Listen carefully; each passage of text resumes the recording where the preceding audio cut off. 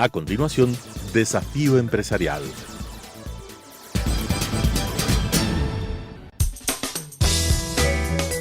Clasificación B, bajo supervisión de un adulto.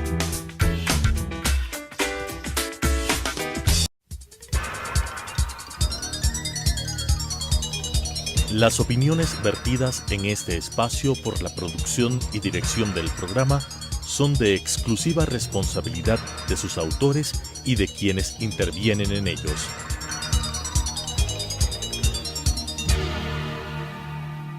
Telesucesos Canal 29 UHF presenta Desafío Empresarial, un programa para dar a conocer el mundo de la empresa y del mercado de valores, esenciales para el desarrollo del país, con la conducción de la doctora Mónica Villagómez.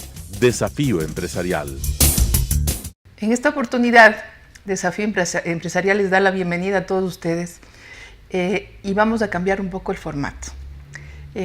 Por pedido de algunos televidentes que me han pedido una explicación mayor de lo que es gobierno corporativo y también gobierno de las empresas familiares. Ante eso he decidido hacer una breve presentación para simplemente tener una introducción a la materia. Como ustedes saben, Desafío Empresarial es un programa que se encarga de lo que es el mercado de valores, las empresas familiares y también de gobierno corporativo. Quiero tener un nuevo segmento solamente de gobierno corporativo y vamos a comenzar con esta introducción.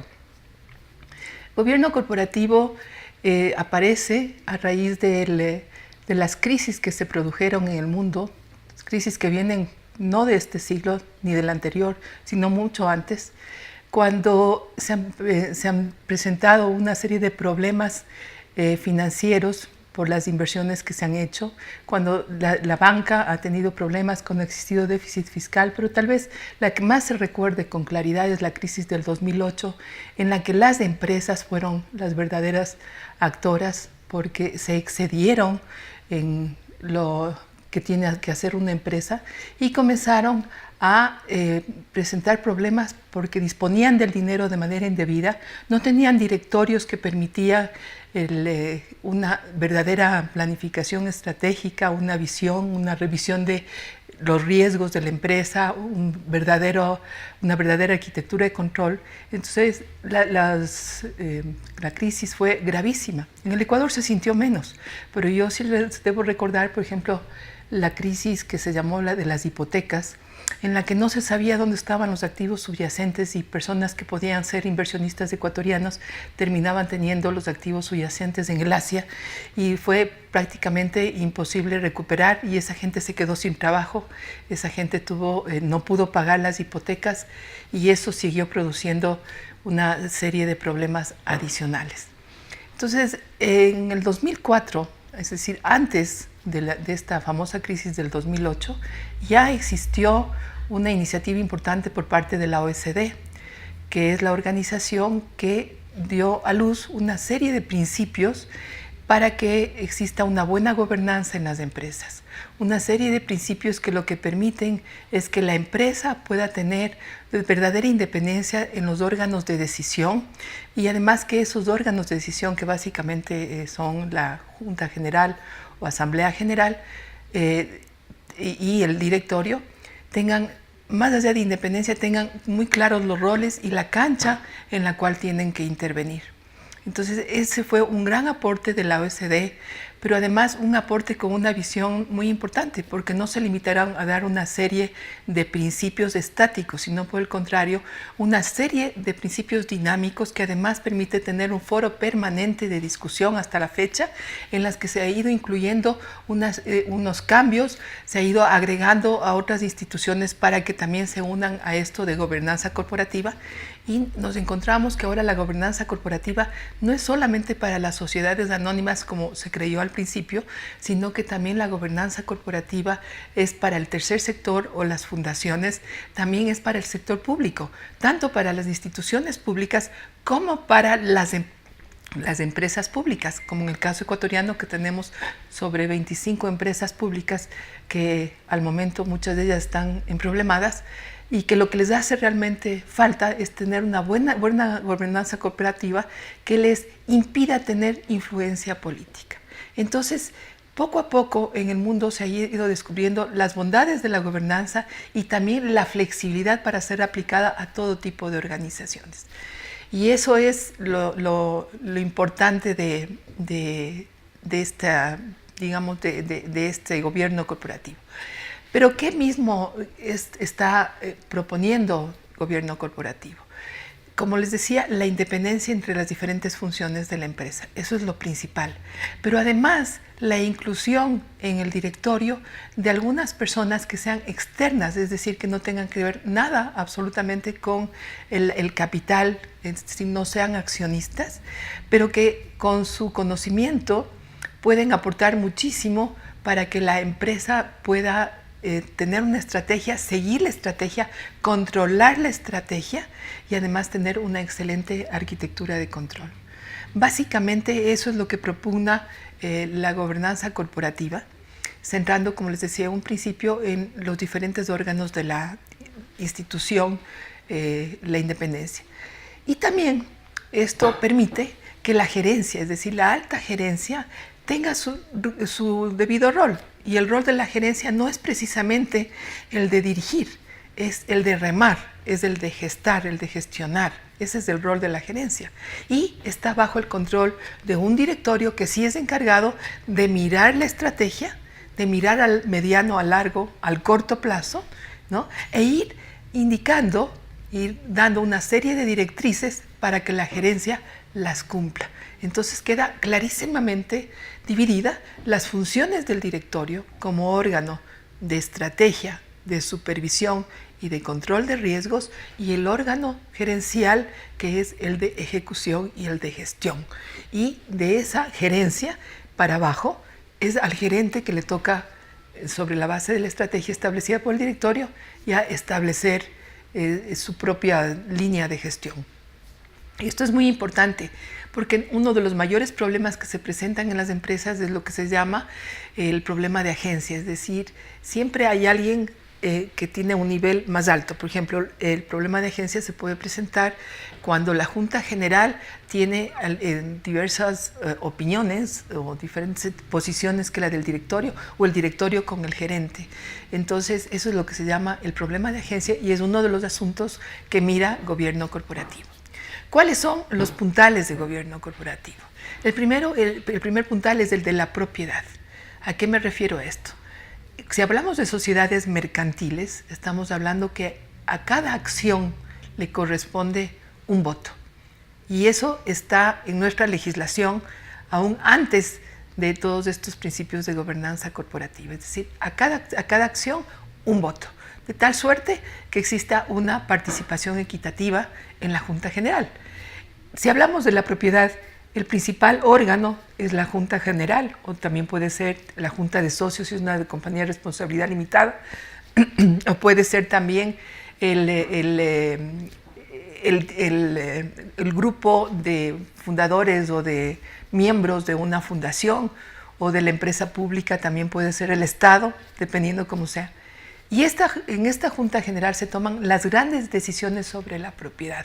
Por eso es que miramos que todos los años nos llenamos de convocatorias en la prensa en las que nos van indicando los llamados a junta para que en estas juntas se decidan algunas cosas que son las ordinarias, digamos, como la vigilancia, es decir, el conocimiento de qué ha hecho la administración, que se llama el informe de la administración o de la presidencia, y además todos los estados financieros.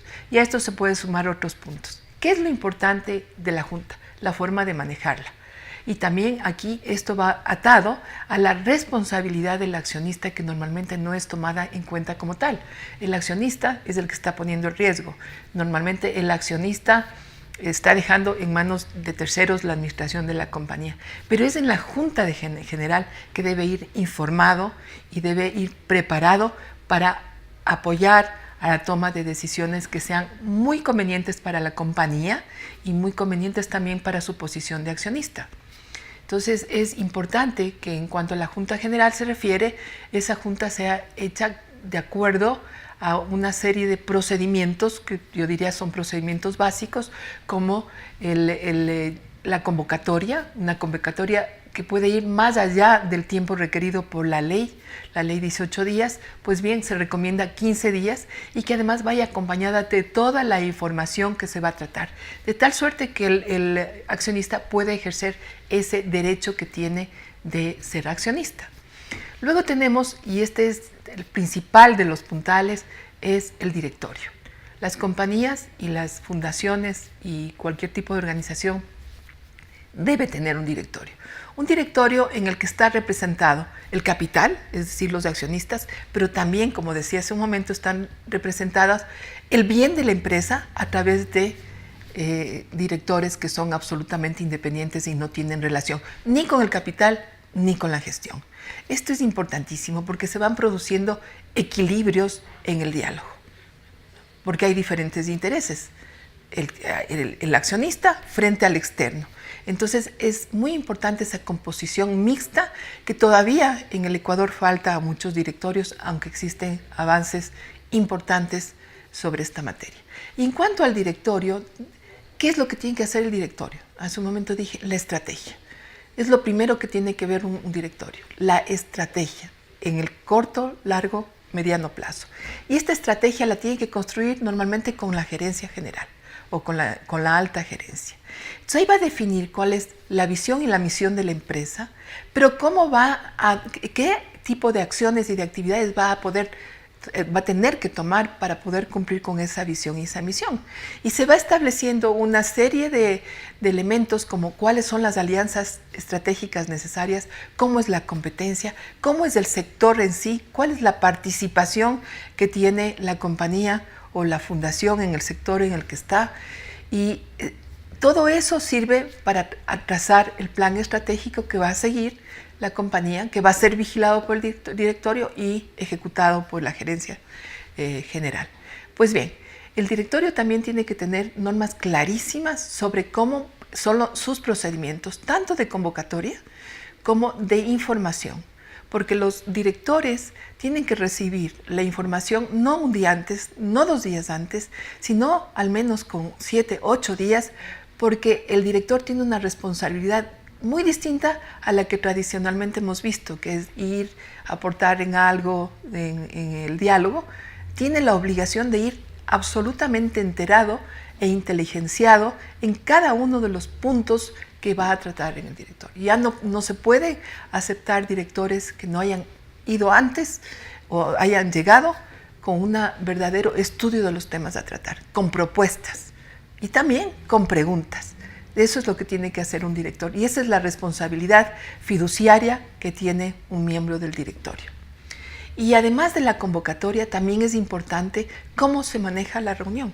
Y en el cómo se maneja la reunión está el presidente del directorio, que digamos es el que va a poner la impronta en la compañía.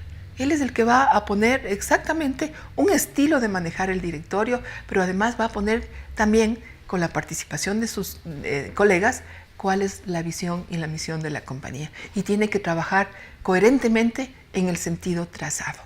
Entonces, además de esto, los directores tienen derecho a pedir que se les dé soporte cuando hay materias que no son de su conocimiento absoluto. Digamos, alguien que está especializado, un abogado que es un director, puede tener derecho a pedir que se le dé soporte en lo financiero o viceversa. Y así se va construyendo un equipo que es el directorio, equipo de diálogo, en donde va a existir puntos y contrapuntos, pesos y sobrepesos para una toma inteligente de decisiones. Posteriormente a eso, ¿qué es lo importante? El manejo de las actas. Y para ahí tiene un papel muy importante y crucial el secretario del directorio, porque es el que está a cargo de la elaboración de las actas, de acuerdo al estilo de actas que quiere tener el directorio, y lógicamente a la ley, al que impone el presidente, y también a la información que se da tanto a los directores antes, después, como de la generación de las resoluciones que deben ser informadas a diferentes instancias de las instituciones. Del directorio vamos a tener un programa solamente para dedicarnos a hacer yo diría una suerte de emulación de cómo debe manejarse. Pues bien, El otro puntal es la información. Y la información, yo diría que es un puntal que hay que trabajarlo mucho, porque la información siempre tiene un ingrediente de egoísmo, porque la información significa poder. Y normalmente estamos acostumbrados a que la información le pertenece a alguien. La información le pertenece a la compañía. Sin perjuicio de eso, hay que establecer los niveles de información que se quiere manejar.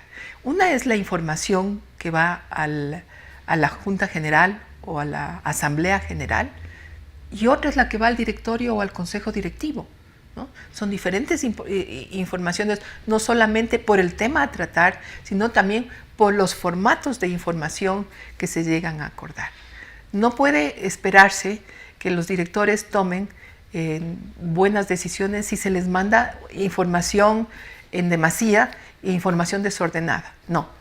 Se establecen cuáles son los formatos de la información financiera, cuáles son los formatos de la información no financiera, cuáles son los momentos en los que tienen que irse más allá ya para el tratamiento a los accionistas, para la información que hay que darles, se establecen canales de información, etc. Entonces la información es importantísima, especialmente cuando las empresas son públicas, es decir, están en los mercados públicos, porque hay una serie de inversionistas, bien sea por el lado del capital, es decir, accionistas, o bien sea por el lado del pasivo, los que se llaman bonistas u obligacionistas, que necesitan la información para tomar decisiones.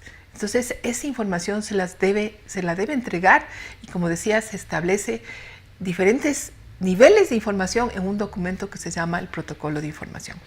Otro tema a tratar que se ha vuelto importantísimo es lo que se llama la arquitectura de control.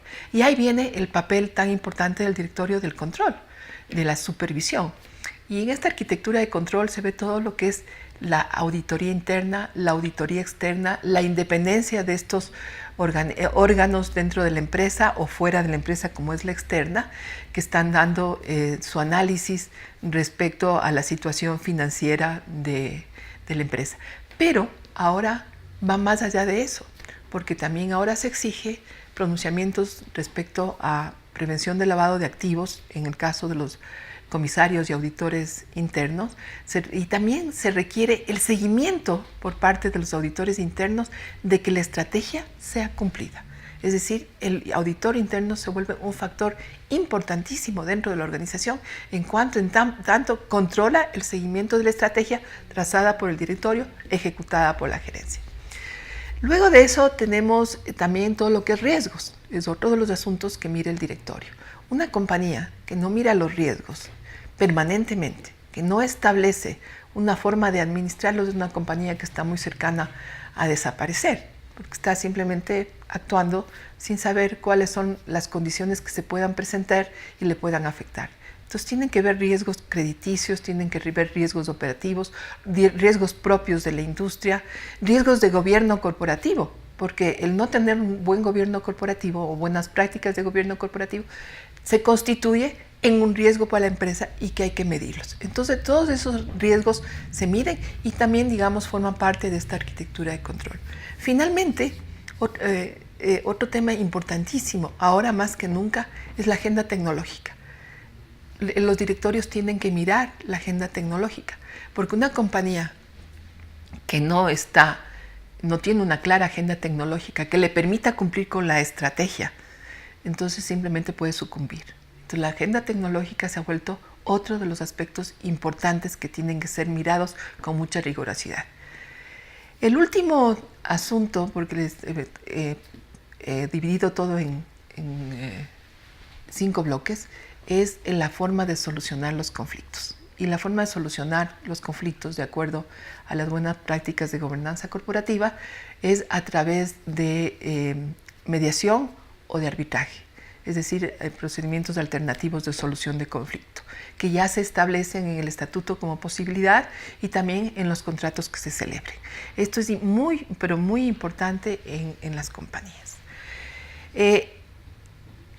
Regresando un poco a todo lo indicado, un asunto que se mira a través del directorio, a través de la junta, a través de la información, a través de la auditoría, etcétera, etcétera, es lo que se llama los conflictos de interés. Gobierno corporativo lo que trata es de que los conflictos de interés se evidencien, ¿ya?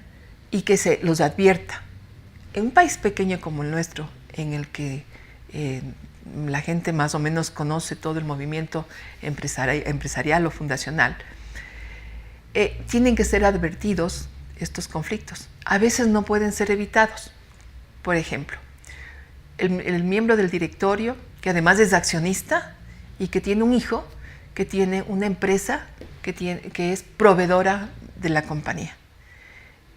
Esta provisión de bienes o servicios que da el hijo se lo hace en condiciones especiales, a precios especiales, con ciertos plazos diferentes a los que se le haría a cualquier proveedor. Ahí existe un conflicto. Entonces, ¿qué debe hacer un miembro del directorio y accionista, como en el caso del ejemplo? Tiene que advertir al directorio la existencia de esa empresa, y esa empresa tiene que entrar a concursar como cualquier otra empresa y debe ser contratada siempre y cuando tenga las condiciones de mercado para hacerlo. Si no tiene las condiciones de mercado, estaríamos beneficiando a un director y accionista en desmedro de los demás, y principalmente en desmedro de la compañía, porque el director, cuando se sienta en la junta de directorio, tiene que velar por la compañía. Es por la compañía. Muchas veces aquí es difícil cambiarse el sombrero. No puede estar velando por sus intereses personales, e inclusive muchas veces no puede estar velando solamente por sus intereses de accionista. Si vela por la compañía, los intereses como accionista de alguna manera van a estar protegidos. Esos son los principales temas que vamos a ir desagregando en los próximos programas.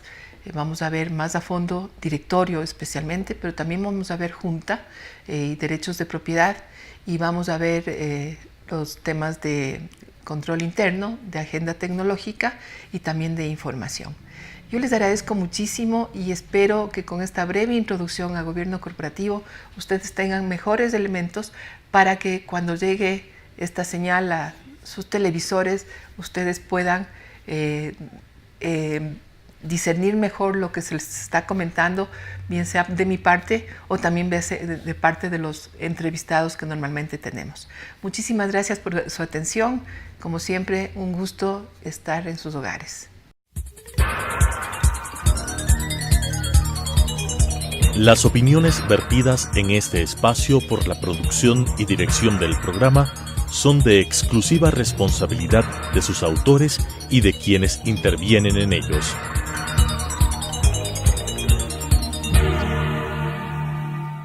Telesucesos Canal 29 UHF presentó Desafío Empresarial, un programa para dar a conocer el mundo de la empresa y del mercado de valores esenciales para el desarrollo del país, con la conducción de la doctora Mónica Villagómez.